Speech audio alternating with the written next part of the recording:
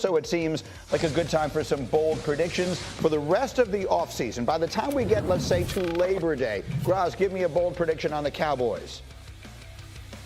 Micah Parsons will sign his extension before training camp without any drama. That's my bold prediction. The Cowboys always take forever to get this stuff done. I say this one's going to be quick and easy. Micah Parsons will be the highest paid defensive player, and there'll be no drama. He's already at off-season work that he doesn't even have to be at. I don't think we're worried about a holdout here. They won't wait until the day of the season opener to announce the big signing this time, Graz? I don't think so. We'll see. Dominique, give me a bold prediction. Graz got too bold. Mine seems not as bold coming in after Graz saying the Cowboys would handle their business without drama, but I'll say Shedeur Sanders will be the starting quarterback for the Browns entering the season. I think that they want to know what they have in either Shedeur or Gabriel before the season is over, because there's a chance that they'll be at the top of a good quarterback draft again next year. So I think they'll move quickly to getting those guys on the field to see what type of players they will be. I love that one. Mike T, give me one. Yours, I think, is about Aaron Rodgers. It is. On July 4th, we're going to be talking about two things: Joey Chestnuts and the Nathan's hot dog eating contest. And on July 4th, Aaron Rodgers being a Pittsburgh Steeler finally.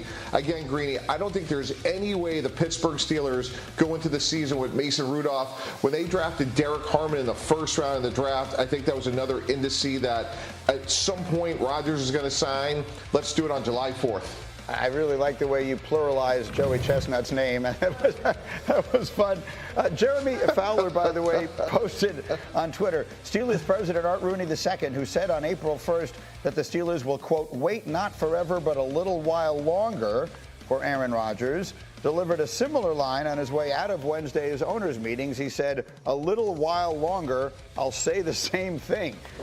The beauty of Graziano of using phrases like a little while is it can mean anything, right? Your definition of a little while and mine could, what do you suppose is theirs? I mean, look, I think the mini camp that's coming up here in the second week of June is an important date to watch. And I'm not saying it's a drop-dead deadline for the Steelers, but if Aaron Rodgers is not at that mini camp, that means he doesn't do any on-field work with the Steelers until the end of July, at the start of training camp. And that feels far-fetched to me that a 41-year-old who didn't play well last year, didn't play at all the year before, didn't play well the year before that, jumps right in at the start of training camp, picks up a new offense, and leads this team to that much more than Mason Rudolph could. I just feel like if he's not there by that minicamp, they have to look at other options. All right, and I will ask the question everyone in America is asking, which of you has a cat? Nate, raise your hand if that was your cat. Well, I do, but he's not here. Nick, what are we hearing here? No, I mean, I think that he clearly knows more than us about what Aaron Rodgers is going to do. His guess is as good as ours. So I guess he's saying Aaron Rodgers is going to sign this week. Okay, that was the question on the screen that I like there, Tannenbaum, to finish this thing up. Are the Steelers making a mistake waiting like this?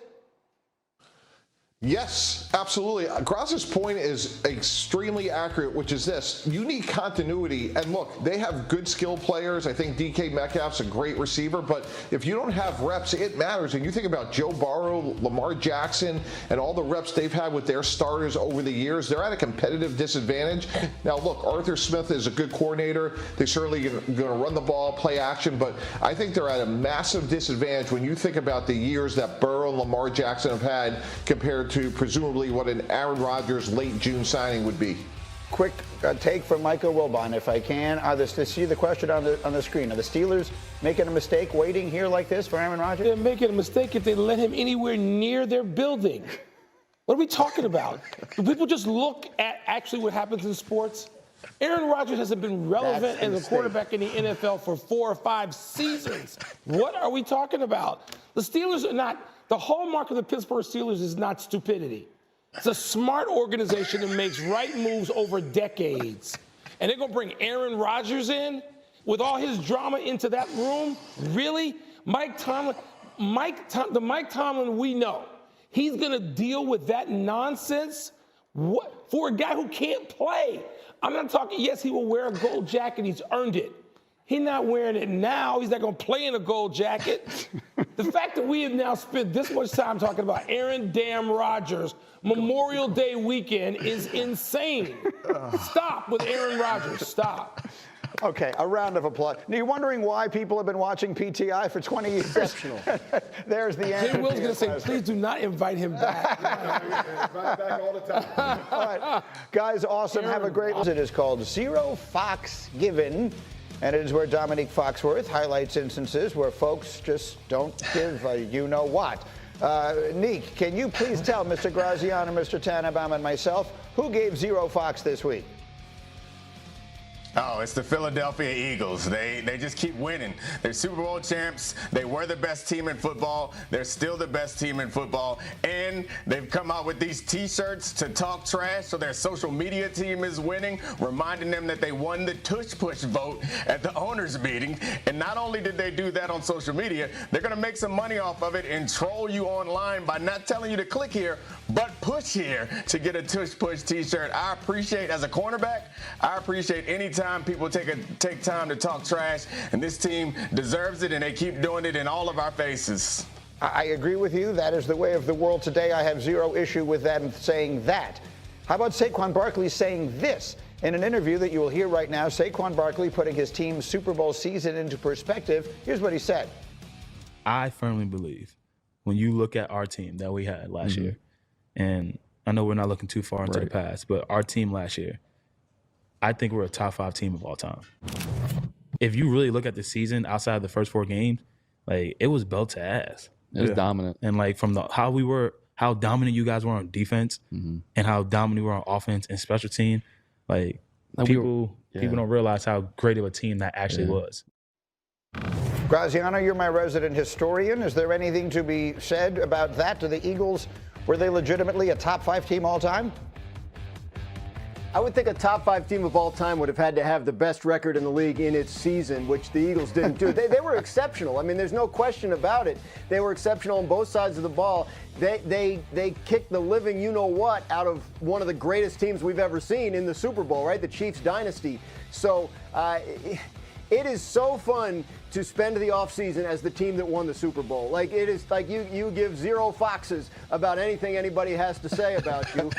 You can troll people with T-shirts. You can say you're one of the greatest teams of all time. Fact of the matter is, we're going to find out. If it's sustainable, they will sustain it. And if not, then, we'll forget Saquon ever said this. But right now, I understand why he feels that good about that team. By the end of the season, they were outstanding. Me too. I know. The Rams had them dead to rights in a playoff game, by the way, in their building. If it hadn't snowed, I still think they would have won it. Let's be realistic here. They're nowhere near one of the 5 greatest teams of all time, but I have no issue with them feeling that way. Winning the championship means never having to say you're sorry. Here is the question that's on the screen that I like. Dominique Foxworth, are the Eagles a dynasty in the making? Do they look like they're going to be the team to beat for the foreseeable future? Absolutely, and saying nowhere near is a bit of a stretch. I think that this team was incredibly dominant. You can't find too many weaknesses in this team. And yeah, every great team has some almost losses and some actual losses. So yeah, it's hard to argue how this team is going to get knocked off other than just football randomness. They're still better than everyone else in football. And also, shout out to the Exciting Whites. That was their podcast, right? You didn't even give them a plug. Where Saquon is out there talking trash. Yeah, right? That was them, right? I'm not in any way taking away from what the Eagles did, but if you go back over individual seasons in NFL history and you look at some of the most dominant performances, including one that ended in an undefeated season and the 85 Bears and the 2000 Ravens. There are the list of greatest NFL teams of all time, the 84 Montana-led San Francisco 49er teams. We could pick out individual teams here, and that would end this discussion. So, Mike T., the more interesting discussion is what happens going forward. Would you bet on the Eagles becoming a dynasty here, or whatever would constitute a dynasty in the modern age? No, in fact, Green, if you said to me the field or the Eagles this year, I'm taking the field, and here's why. They lost 3